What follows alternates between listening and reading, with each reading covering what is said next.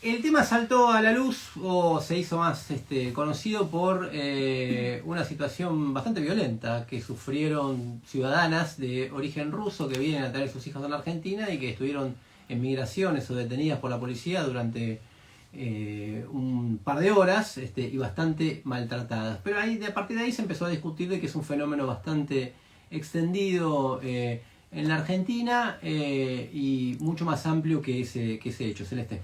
Sí, como decías, el jueves pasado 6 mujeres embarazadas de nacionalidad rusa fueron retenidas en el aeropuerto de Ezeiza y esa semana terminó con permisos provisorios para ellas y otras 14 mujeres que llegaron solamente el viernes para ingresar al país y se abrió una investigación en migraciones. De esta noticia sobresalieron sobre todo dos cosas. Una fue el endurecimiento de los controles. Esa misma semana, por ejemplo, se le impidió la entrada a 3 mujeres que viajaban solas, o sea, no viajaban con sus parejas, como el resto de las mujeres que finalmente terminaban ingresando, y sobre todo que no pudieron confirmar su destino turístico, porque recordemos que en nuestro país, por ejemplo, la gente que viene de Rusia, que tiene nacionalidad rusa, tiene ingreso libre siempre que vengas con un fin turístico durante 90 días y vos lo podés renovar.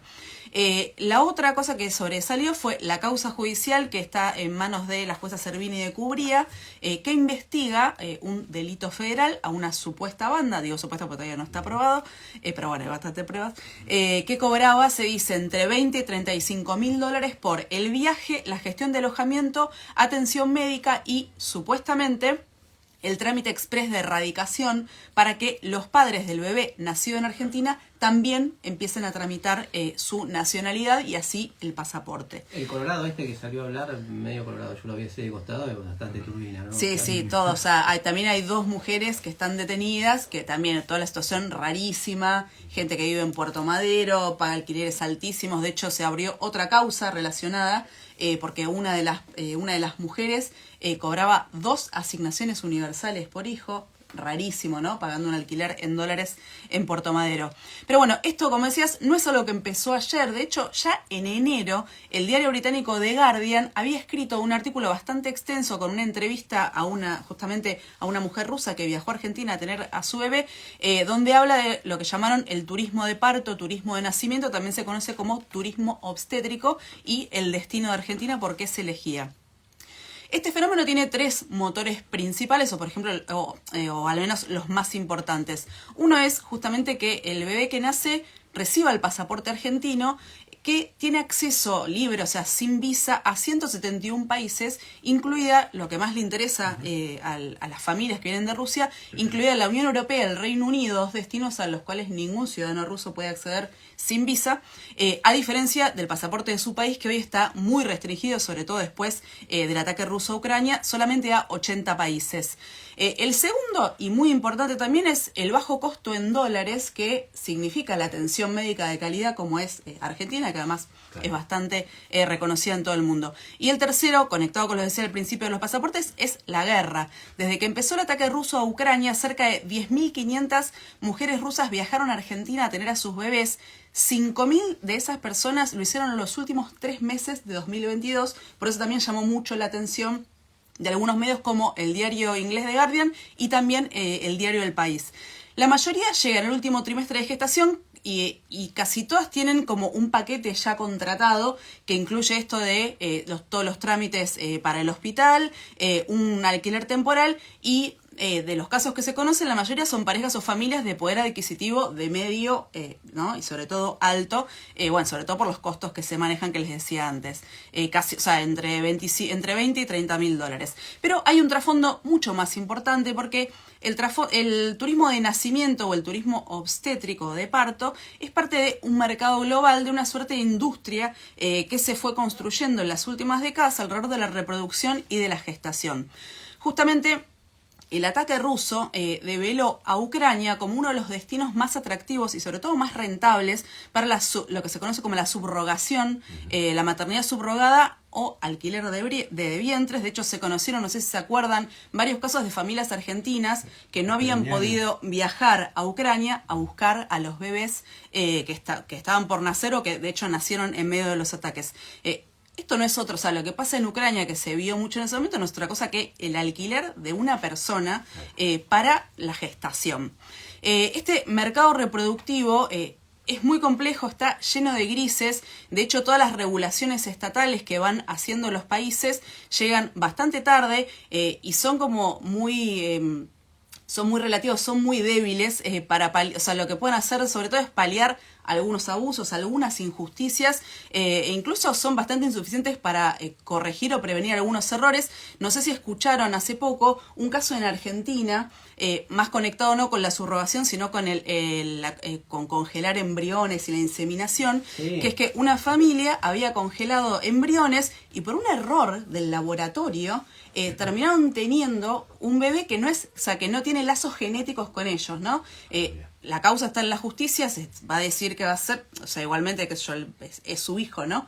Pero bueno, o sea, aparece ahí una nueva discusión. Y otro de una pareja que estaba de acuerdo en desechar el embrión, una jueza Chupacirio que dice no, Claro. porque y debate que hay Por la vida. concepción Y ahora apareció... Post-aborto, ¿no? Post-aprobación del aborto en Argentina. Obviamente. Que además también cuando fue la discusión, el debate del aborto legal, por ejemplo, muchos sectores antiderechos quisieron introducir o sea, esta discusión de los embriones, y cuando vieron que le planteaba un montón de contradicciones, sobre todo con las empresas, hay muchos laboratorios que desechan, por ejemplo, los embriones sin ningún problema, y que solamente son utilizados cuando es un argumento, o sea, cuando lo quieren usar, digamos, a favor de su postura. De hecho, en estos días se conoció también otro caso de una pareja que se separó, que había congelado embriones, que ellos quieren desecharlos, y la empresa se niega a hacerlo, no sé, qué sé yo, por algún motivo de que ellos lo quieren preservar, pero bueno. Lo que tienen en común... Se cobra mucho preservarlo. Sí. Se cobra, es una cosa muy cara. Lo que tienen en común todas las prácticas de este mercado reproductivo es el entorno, ¿no? Porque este mercado fue moldeado sobre todo en el apogeo de los años neoliberales. Piensan que la mayoría de los desarrollos empiezan a finales de los años 70, principios de los 80, y eso hace que las prácticas y las técnicas, muchos de los desarrollos que en sí mismo no son malos, todo lo contrario, son muy buenos. De hecho, muchos brindaron posibilidades, por ejemplo, para que las mujeres, las personas con capacidad de gestar, tomaran decisiones sobre sus derechos reproductivos, pero en este entorno lo que hace es que estas prácticas estén muy mercantilizadas y sobre todo que la desigualdad sea una condición necesaria, porque si observamos, o sea, si miramos de cerca lo que se llaman las familias de intención, ¿no? Las que van a adoptar a los bebés que nacen, suelen ser o de países o ciudades ricos o ellos, ¿no? Ellas son personas de las clases media alta y alta. Y las mujeres que alquilan su cuerpo para gestar ellas son pobres o también son de países pobres que a la vez ven como una oportunidad, que es lo que pasa en Ucrania, ¿no? Donde el propio Estado es el que alienta un poco este negocio para transformarse en un destino atractivo para diferentes inversiones. La mercantilización del deseo de ser madre, de ser padre, de formar una familia, obviamente no ocurre de forma aislada, no es algo, ¿no?, que pasa mientras está todo bien, sino que pasa con otros aspectos de la vida. Es como lo más importante acá es una idea de que el mercado te puede proveer de todos los medios para que un individuo satisfaga sus deseos, ¿no? Y así es como el neoliberalismo va encontrando, digamos, formas de incorporar los deseos individuales y en la misma operación medio que borronea los problemas colectivos que están muy relacionados, que obviamente no encuentran solución o son súper limitadas, que si lo piensan, por ejemplo, hoy es más probable que haya una solución para reproducir la vida en condiciones muy complejas, por ejemplo, edad muy avanzada de la mujer, de la persona que gesta, o la propia imposibilidad de gestar, pero por ejemplo, parece que no hay una solución para que haya cuidado accesible para todas las personas que tienen hijos, que tienen hijas, y ese acceso que es escaso o que es nulo, recae sobre todo, sigue recayendo en las mujeres, que son las que se encargan de más del 75% del trabajo de cuidados, que además cualquier persona que tiene hijos chicos sabe que esa brecha suele ampliarse, sobre todo cuando hay menores a cargo. Y que es un laburo. Es muchísimo trabajo y es un trabajo que la realizan todas las personas de forma gratuita, pero bueno, recae mayoritariamente en las mujeres. Y sobre esa desigualdad se multiplican muchas otras. De ahí sale la brecha salarial, menos oportunidades para estudiar, para trabajar, bueno, ni hablar del tiempo libre, ¿no?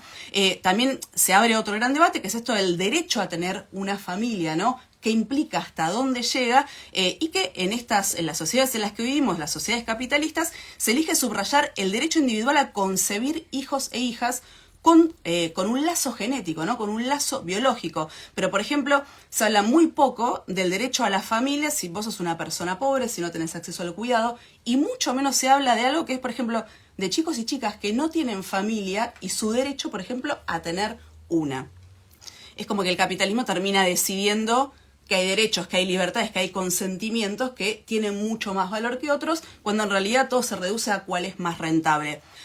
Conectado con este tema, les voy a recomendar 2 libros que a mí me interesaron mucho. El primero es El cuerpo es quien recuerda, es un libro de Paula Puelo, una escritora argentina, lo editó Tusquets en el año 2022. Es una novela que se mete en este mundo de la mercantilización de la maternidad y sobre todo en qué pasa con las vidas de las personas que están involucradas en estas prácticas. Ella lo hace a través de la literatura, recontra interesante, dispara un montón de debates y de hecho yo después de leer el libro de Paula, buscando cosas sobre ese tema, di con un libro también súper interesante que se llama Mercados Reproductivos, Crisis, Deseo y Desigualdad, de Sara Lafuente Funes, su libro de 2021 editado en España, que también bucea mucho en estos debates. Algunos son muy nuevos, todavía no hay casi respuestas, pero son todos necesarios y son urgentes.